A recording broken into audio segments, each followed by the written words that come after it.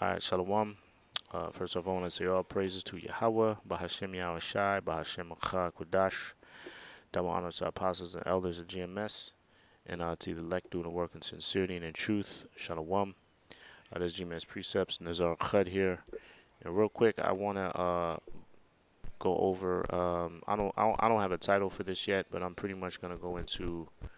I'm having a chat right now. I'm in a chat. I'm having a chat with chat.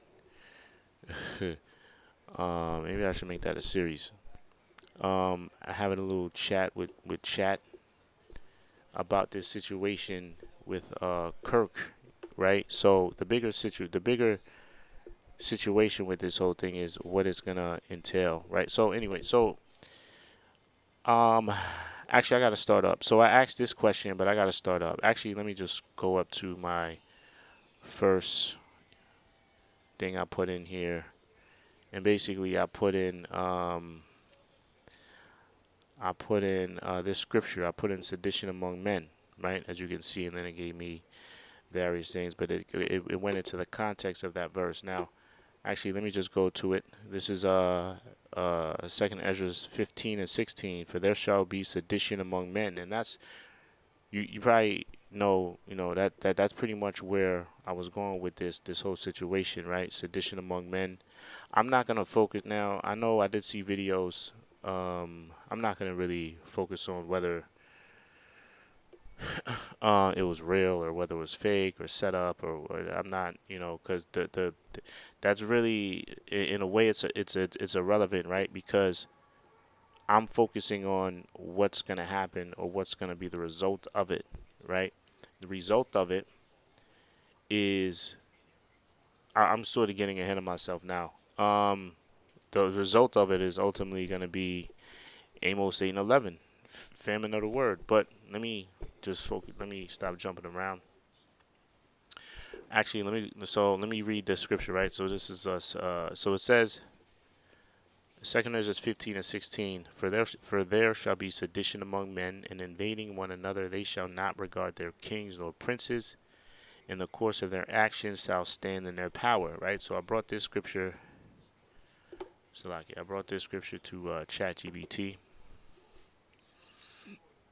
Excuse me. And this is a context. So it says this verse is part of a prophetic vision given to Ezra about the end times where sedition and rebellion arise among the people, social and political structures collapse, people stop respecting government or authority, chaos unfolds as anarchy and self-rule dominate. You see, this is what the this is pretty much the context of that verse, right? It's going to be a sedition among. It's going to be an uprising, and we know the word sedition. It means it doesn't primarily mean or only mean just physical violence. It also is words too, right? And this is something not new. It's been way before this whole situation. It's something that's been taking place over the years and only just escalated. About sedition or an uprising or a verbal fight towards a government, right? Wherever it might. Oh, look, I just got this. Where is it? I was reading this when I was trying to brainstorm on a video to do. This is from RT News, right? And it says here protesters spoke, NGOs pull strings. The untold story of Nepal's upheaval. Angry youth in the Himalayan nation bordering India and China have forced a political shakeup, hoping to end corruption and impoverishment. So this is something. Look at that. You know what I'm saying? This is something in a sedition among. Now this is something physical, but sedition also means a not only a physical not only physically against your government, but it's verbally also. It's a verbal. You can be verbally against your government also, like speak against what they want you to do. And this is something that's been going on not only here in America, but all over the world, and it's only getting worse and worse and growing, right? Right. So it says people stop respecting the government, respecting government or authority. That's been happening. You know, you see videos of dudes walking around with cameras, walking up to police and just show me your badge number. You know, you just you know, no respect. Years it wasn't like that. You know, like it's a it's a lack of respect towards government.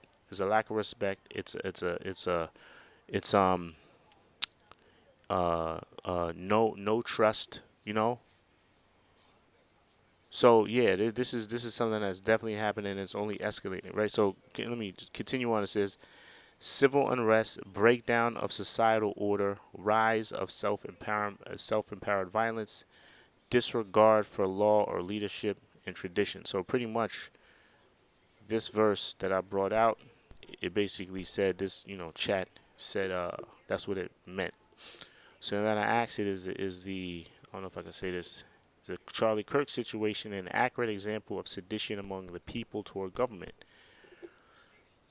And I'm gonna go to I got scriptures as well. So it says that's a good question. The shooting of the blank of Charlie Kirk does share several features with what people often mean by sedition or political violence, but whether it is sedition depends on definition, motives, scale, and intent. Let me break this down. What we know about the event: Charlie Kirk, a conservative political activist, was while speaking at a Turning Point USA Valley, Utah University.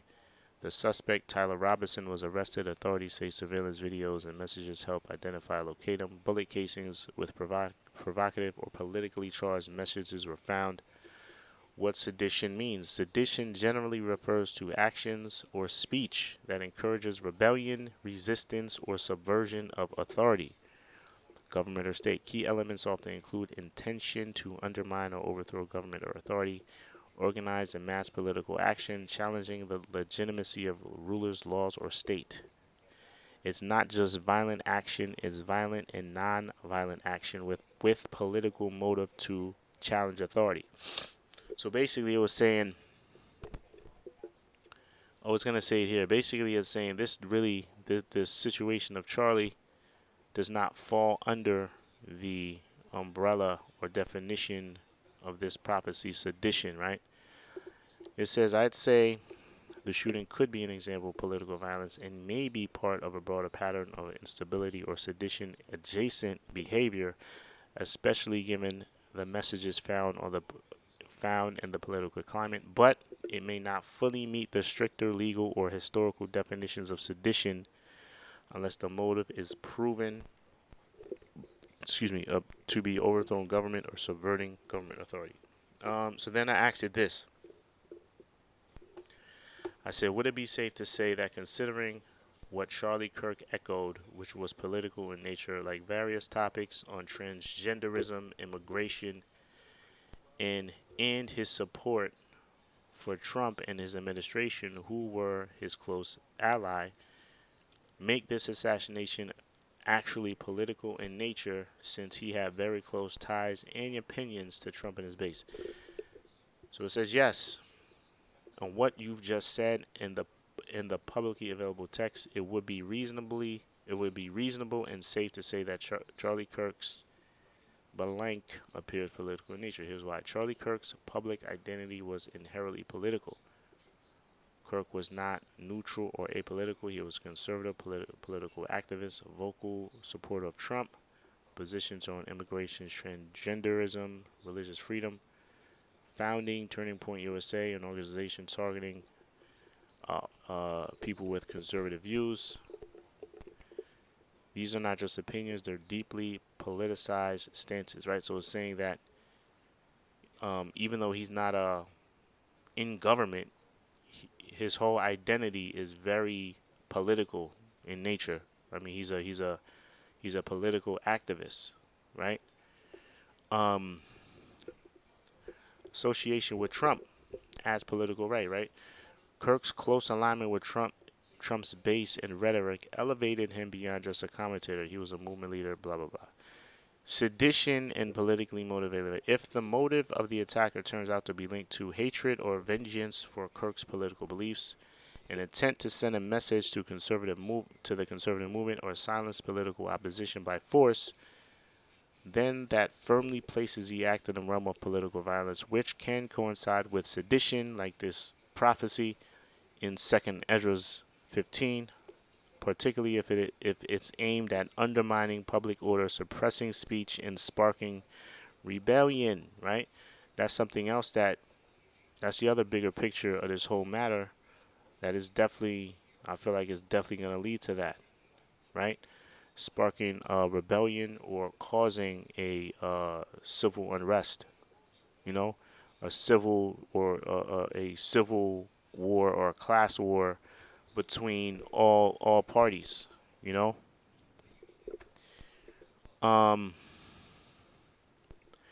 from a legal perspective, sedition is usually directed against the government or state, but from a biblical, apocalyptic, or societal sense, 2nd Ezra 15 sedition also includes societal collapse, rebellion against norms or leadership, citizens taking justice into their hands.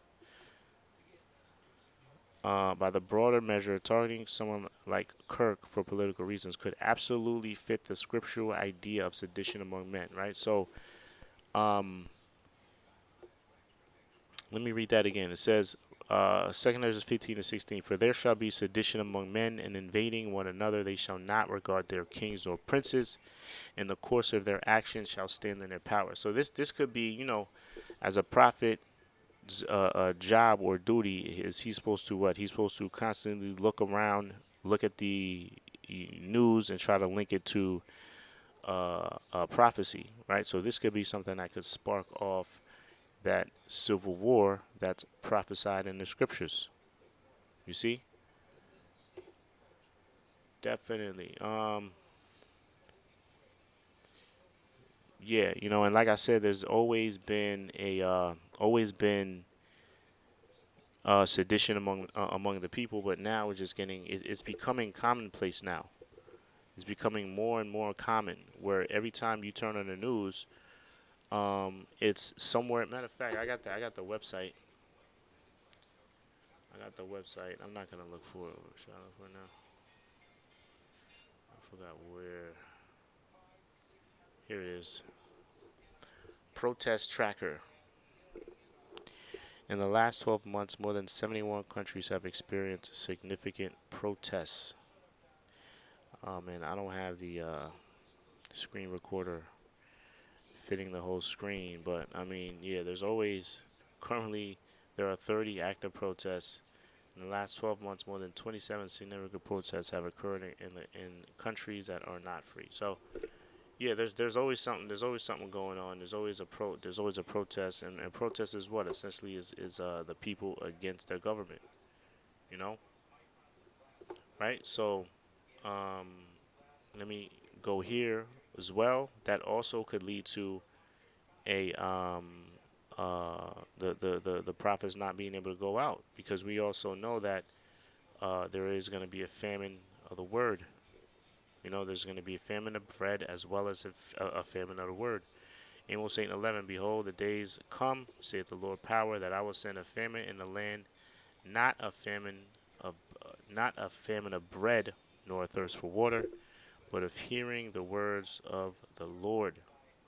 Okay, so that's something that could take place too. We know that could take place when we don't exactly know, but this is how I look at it. This is the Most High is a master. I don't even want to. I think calling him a master chess player is like too low. Like he's gonna systematically, or he is systematically destroying America from all angles, to the point where America is not gonna have in a plan A. It's not gonna have a plan B, C, D, E. It's like every plan, every every plan that Esau thinks that he's gonna have or move that he's gonna try to make to get out of uh being this be to get out of servitude is not gonna work. The Most High is putting Esau in a position where his only outcome is going to be slavery. His only outcome is to give up that kingdom, or to be removed from that kingdom by violence. Right? It says is that Ezekiel when it says from Teman all the way to Dedan shall fall by the sword. So there's not gonna be an out for Esau. So that's what's happening. The Most High is systematically destroying this place. So whether they think that, whether it was a setup or whether it was real, or whether they just sacrificed them or whatever, whether they planned it, they're really planning for their own destruction because the Most High is in control of all. You know. So that was my chat with chat. This whole situation is gonna lead to a bigger one, which is it's gonna lead to a civil unrest, a civil war. It's gonna lead to a famine of the word, and ultimately it's gonna lead to the destruction of this whole society. All right, so that's pretty much it. Lord willing, brothers, just edified until the next show. Shalom.